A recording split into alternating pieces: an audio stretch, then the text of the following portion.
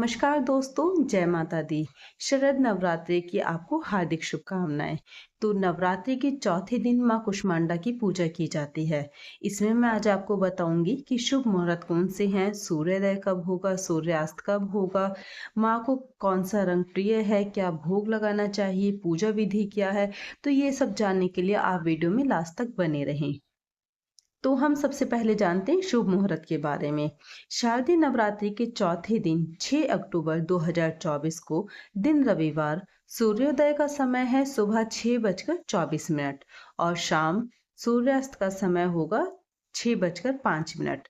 ब्रह्म मुहूर्त सुबह 4:45 से 5:35 का है।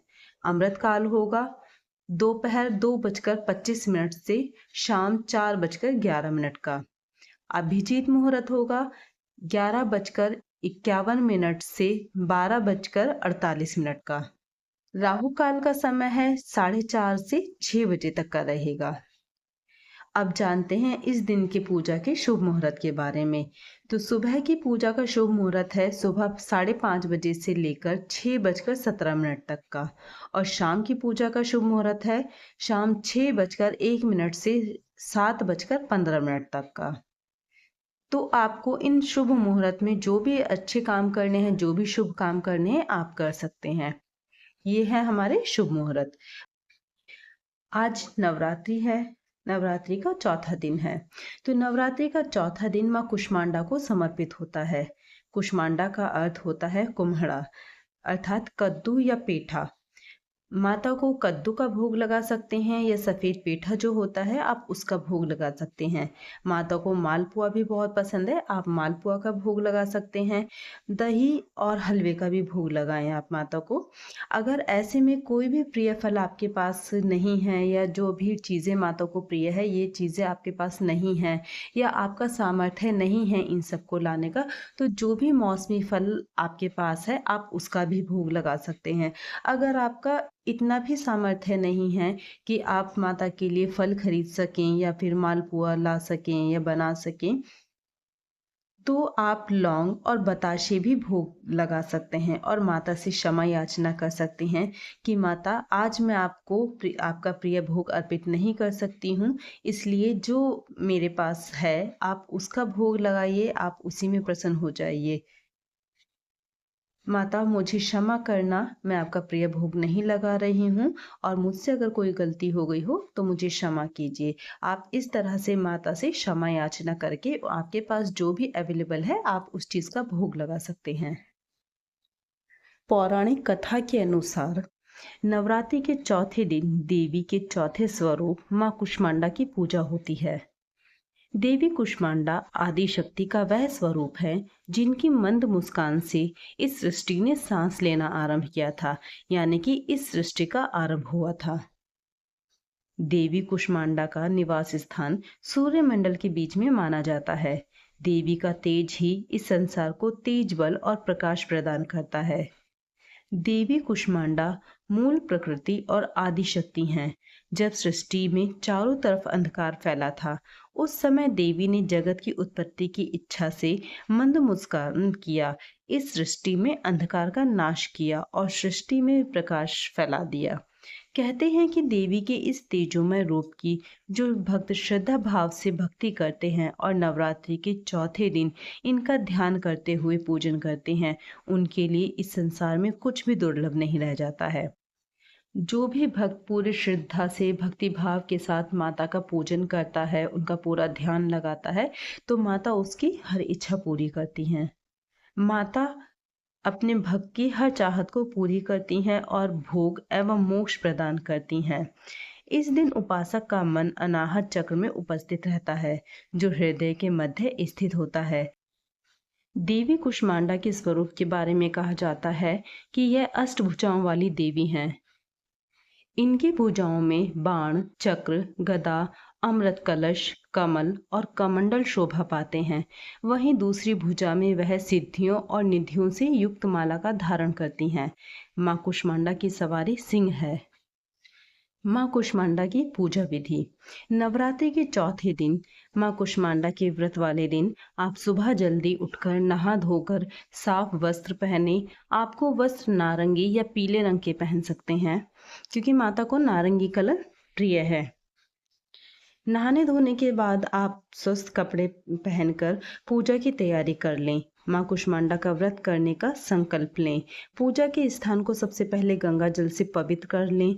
लकड़ी की चौकी पर पीला कपड़ा बिछाकर माँ की प्रतिमा स्थापित करें, या फिर आपके मंदिर में आप पूजा करना चाहते हैं आप उसमें भी पूजा कर सकते हैं, या जो भी पहले से आपके पास चौकी लगी है उस पर लाल रंग का या पीले रंग का जो भी कपड़ा आपने बिछाया हुआ है उस पर आप पूजा कर सकते हैं। फिर हाथ में गंगा जल और पुष्प लेकर व्रत का संकल्प लें, और संकल्प लेने के बाद जो पुष्प और जल है वो माँ के चरणों में अर्पित कर दें।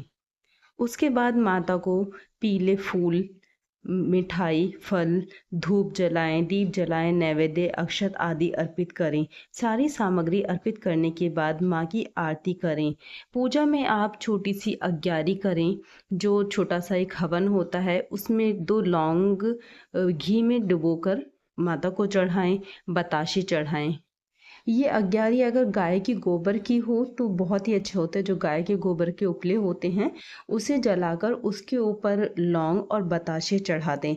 कहा जाता है इस तरह छोटा सा हवन करने से हमारे द्वारा की गई पूजा पाठ और हमारे द्वारा लगाया गया भोग हमारे सभी देवी देवताओं को और हमारे कुल देवताओं का तक पहुंच जाता है। इसी के माध्यम से सभी देवी देवता अपना अपना भोग प्राप्त करते हैं। इसलिए कहा जाता है कि नवरात्रि में अपने घर में हवन करना चाहिए, नहीं तो छोटी सी अग्यारी ज़रूर करें। इसीलिए नवरात्रि में ज़्यादातर सभी लोग अग्यारी करके उसके ऊपर लौंग और बताशे चढ़ाते हैं। पूजा करने के बाद आपको सबसे लास्ट में क्षमा याचना करनी चाहिए, ताकि पूजा करते समय आपसे जो भी गलती हुई है उसका कोई दोष ना लगे। उसके बाद आप कपूर जलाकर आरती करेंगे माँ की। माँ कुष्मांडा की कथा विस्तार पूर्वक समझने के लिए आज के दिन दुर्गा सप्तशती का 5वां, 6ठा, 7वां और 8वां अध्याय जरूर पढ़ना चाहिए। अब जानते हैं माँ कुष्मांडा के पूजा मंत्र के बारे में। तो माँ कुष्मांडा का पूजा मंत्र है ओम देवी कुष्मांडाय नमः। ओम देवी कुष्मांडाय नमः। स्तुति मंत्र है माँ कुष्मांडा का, या देवी सर्वभूतेषु माँ कुष्मांडा रूपेण संस्थिता, नमस्तस्यै नमस्तस्यै नमस्तस्यै नमो नमः। देवी की पूजा में समस्त वस्तु अर्पित करते समय आपको मंत्र बोलना है ओम देवी कुष्मांडाय नमः। तो ये है देवी के मंत्र और स्तुति। तो ये आपको पूजा के टाइम बोलने हैं। लास्ट में आपको आरती करनी है, और आप दुर्गा सप्तशती का पाठ करें, आप दुर्गा चालीसा का पाठ करें, और जितना ज़्यादा से ज़्यादा ध्यान माता के चरणों में लगा सकते हैं आप माता के ध्यान लगाएं। माँ कुष्मांडा सूर्य से संबंधित दोषों को भी दूर करती है। जिन जातकों की कुंडली में सूर्य नीच भाव में हो और उन्हें किसी प्रकार की पीड़ा हो, उनकी कुंडली में हो रही है, तो माँ कुष्मांडा की पूजा करने से इस रोग का निवारण हो जाता है। माँ कुष्मांडा की उपासना से भक्तों के समस्त रोग शोक मिट जाते हैं। इसकी भक्ति से आयु, यश, बल और आरोग्य की वृद्धि होती है। माँ कुष्मांडा बहुत जल्दी प्रसन्न होने वाली देवी हैं। इनकी सेवा और भक्ति से प्रसन्न होने वाली हैं। यदि मनुष्य सच्चे हृदय से इनके शरणागत बन जाए तो फिर उसे अत्यंत सुगमता से परम पद की प्राप्ति हो जाती है। आप छोटी सी पूजा, छोटा सा ध्यान, छोटे से मंत्र से ही माँ को बहुत जल्दी प्रसन्न कर सकते हैं। और जो भी आप पाना चाहते हैं माँ से विनती कीजिए, माँ से प्रार्थना कीजिए, और वो माता आपको सब कुछ देंगी। तो माता का पूजा करिए, जो विधि आपको बताई गई है उस विधि से पूजा करिए, पूरे विधि विधान के साथ करिए। आपके पास अगर कुछ नहीं है तो सिर्फ माता को श्रद्धा भाव चाहिए, आपकी पूरी श्रद्धा भक्ति भाव के साथ आप माता की पूजा करिए, वही बहुत है। आपके पास मौसमी फल नहीं है, आपके पास भोग लगाने के लिए अच्छा प्रसाद नहीं है, मालपुआ नहीं है, जितना आपके पास अवेलेबल है आप उतनी पूजा कीजिए। सिर्फ माता को भक्ति भाव देखना है, उसके अनुसार ही आप पूजा कीजिए। जय कुष्मांडा माता। मिलते हैं नेक्स्ट वीडियो के साथ। जय माता दी। अगर वीडियो पसंद आई है तो वीडियो को लाइक करें और चैनल को सब्सक्राइब करें।